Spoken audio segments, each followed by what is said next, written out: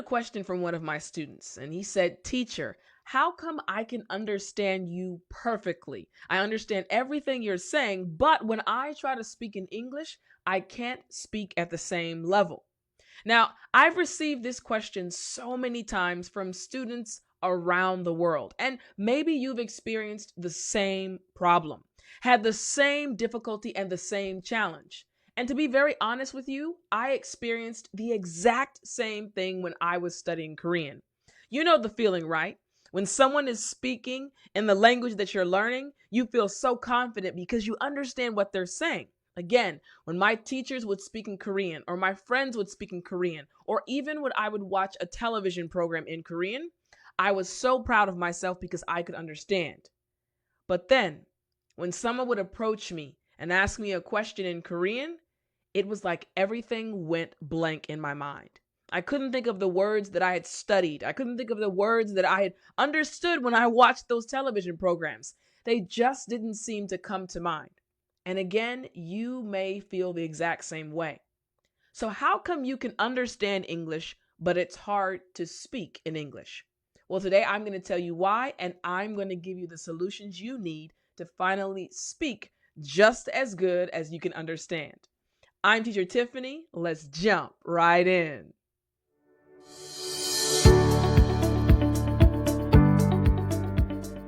All right, so there are 5 solutions to this problem, the problem of not being able to speak as good as you can hear. The first one is equal ratio. Second, learn and use one new word. Third, summarize your day. Fourth, take notes and read them.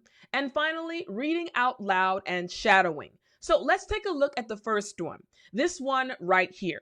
Here's the fact: your current situation, you are watching, listening to, and enjoying hours of English programs, but you are only using your eyes and your ears. Think about it. You have a cell phone, you have a computer, you have a television, and you're constantly watching programs in English. So your eyes are getting lots of practice, and your ears are also getting lots of practice, which is why you can understand so much in English. But again, that's not helping with your speaking. So here's what you need to do: use an equal ratio. You need to speak for the exact amount of time that you listen to or watch an English program.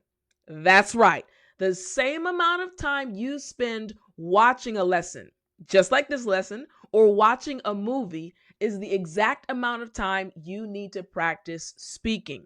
Let's continue. You need to speak for the same amount in order to improve your speaking skills. This will help your speaking skills match your ability to understand English. It kind of makes sense, right? The reason why you can understand is because you've constantly been putting new information in English into your brain. Now we just need to do the same thing with bringing that information out, okay? So here's what you need to do. First, watch a 5-minute video, 10-minute video, or however long you want to watch a video for. I have it in parentheses because you can choose how long the video is. And what you're going to do is you're going to speak for 5 minutes, or however long the video is, you're going to speak for that amount of time about the video. Now, half of the time is going to be summarizing what you saw, and the other half is going to be giving your opinion. So for example, let's say you watch one of my YouTube video lessons. You can pick any video you'd like. And let's say the lesson is 15 minutes long. That means you need to also speak for 15 minutes. Now, in the beginning, it may seem a little bit challenging, but remember, half of that 15-minute period is going to be spent summarizing what you saw. You can talk about what I taught you. You can talk about my story time. You can summarize the lesson and take your time. It's okay. Now, the other half of that time needs to be giving your opinion. What did you think about my story? What did you think about the tips or the tools that I gave you from the lesson or in the lesson? Again, you have to practice speaking for as much time as the video was that you watched. It's going to be challenging, but you're going to see your ability to speak in English improve drastically. Okay? Now, what about the second method, the second solution? You see, here's the situation. You are learning lots of new words and expressions indirectly through videos and lessons, but you aren't using them. So again, you know a lot of words and expressions from watching my videos. I like to tell you all stories because in the stories, I usually use a lot of new expressions and idioms from natural conversations, words that I would use if I was speaking to one of my friends here in America. Now, when you hear the words that I use, you kind of pick up on the meaning like, maybe Teacher Tiffany means this. And you kind of guess what the meanings of those words and expressions are because you're following along with the story or the lesson that I'm teaching. Now, that's great. That's why you can understand so much. But what about speaking? So here's the solution. Here's what you need to do. You need to learn and use one new word. Notice I said learn and use, because what's happening is you're learning a lot of words currently from this video and videos from other amazing English teachers on YouTube, but you're not using them. So here's what you need to do. Try to learn and use one new word, expression, or concept every single day. This is the key. Every single day. A lot of times as students or as English learners, what you may do is you may spend one day and say, I'm going to learn 35 words today. And you go hard, you study really diligently, but then it gets overwhelming. And you do it one day and maybe the second day, but then the third day, the fourth day, the fifth day, the sixth day, you stop. So what you need to do is have a plan that you can remain consistent with. Learn one new word or expression every single day. Now, simple words are okay. The key is that you must learn and use them every day. This will help you get in the habit of learning new words that you can use when you speak in English. Again, remember the goal is to improve your speaking skills. So even if you know a word already, if you're not using it, it's kind of like you don't know it. Again, you know it here. Teacher Tiffany just said that word. I know that word. But you need to learn how to use the word in conversation when you are speaking. So here's how you need to do this. First, write down at least, you can do more, at least one word, expression, or concept you learned. Next, figure out a way to apply it to what's going on in your day. And finally, use the word in a conversation or by talking to yourself. So again, let's say you learned the word gargantuan. I know it's a big word, but hey, stay with me. Now, gargantuan just means extremely large, really big. Now, I've used this word in a previous lesson several months ago. So some of you may have remembered that word when I said it, gargantuan.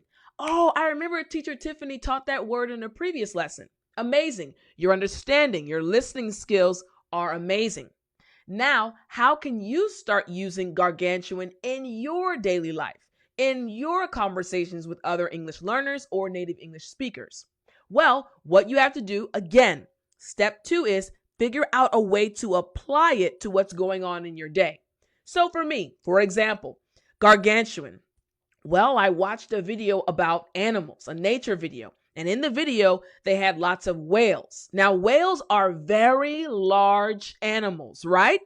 So I can say, today I watched a video about a whale. The whale in the video was really big. It was a gargantuan whale.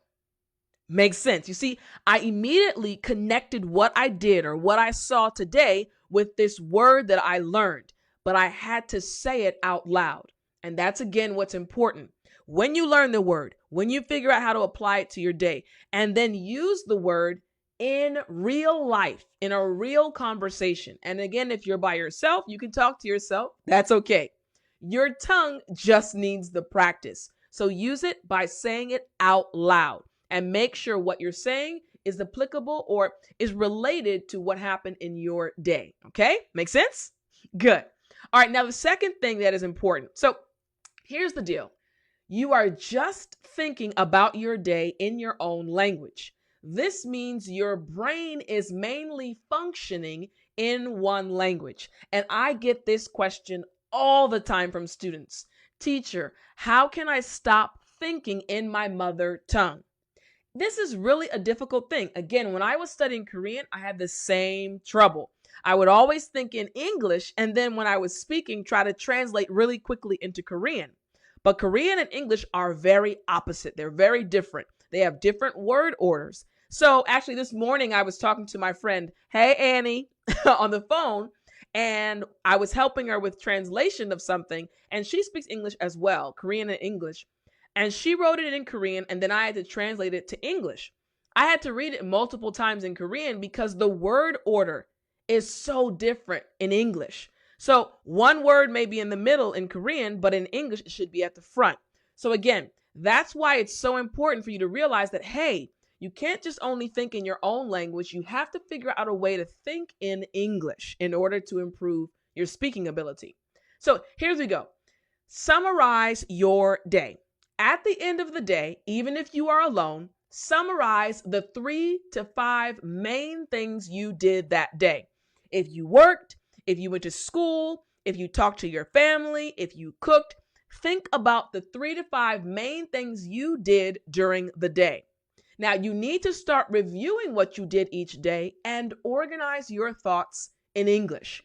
Remember that you need to speak out loud. So, for example, I told you that I spoke to my friend this morning, Annie, right? We spoke on the phone. Now, if I'm practicing Korean, I need to say, okay. 친구랑 같이 얘기했고, 결혼 생활에 대해서 얘기했어. So I just said, I spoke to my friend. We talked together and we spoke about marriage life. But again, I had to process what we did in Korean because that's the language I'm learning, right? So for you, think about what you did. You're going to think immediately in your own language, but that's okay. Then you have to force your brain to convert what you're thinking into English and process everything in English about your day. Again, the 3 to 5 main things you did. So here we go. Here's how you do it. Steps. Set aside 15 minutes at the end of your day. Again, not a long period of time. I want to help you reach your goals without having stress. So just start with 15 minutes. Whatever time of the day you want to set aside this 15 minutes is okay. Again, in the evening though, but set aside 15 minutes at the end of your day. Then think about the 3 to 5 main things you did. Finally, start describing or explaining them out loud in English. Remember, I said, 결혼 생활에 대해서 얘기했고, I said we talked about marriage life. Again, my friend is getting married, so we talked about marriage life, all right? So if my friend is getting married, we're going to talk about marriage life. I had to process that situation in Korean and then say it out loud. You'll notice that the more I say it, the faster it will come out, right? Because I've already processed it. You need to do the same thing about your day, all right? The 3 to 5 main things that happened to you during that day. It will help you improve your speaking ability. Now, let's look at another one. Here's the situation. You are taking tons of notes in your notebook. You probably have your notes out right now, just writing. If you are, I'm very proud of you as your teacher, right? Now, that's a good thing. So you're taking tons of notes in your notebook, on your phone, or on your computer. The problem is that they stay there. Now, I am guilty of this as well. When I was studying Korean, when I was in university, sometimes it was easy to write tons of notes. I would have tons of notes, books full of notes, whether it be Korean, new Korean words or expressions, or notes from class, from our teacher teaching us certain aspects of art or different things. But what happened after class? The notebook would be closed and put on my desk. The note would be closed or put in my book bag. And that's what may be happening to you as well. You're taking tons of notes, which is amazing, a great habit to have. But if those notes just stay, if they stay in your phone or your notebook and you never actually use them, your English speaking ability will never improve. So here's what you need to do. Take notes and read them. Read them out loud. You'll notice that there's this overarching theme of out loud, reading out loud, making sure you're speaking and not just thinking about things. So here we go. You need to start reviewing your English notes by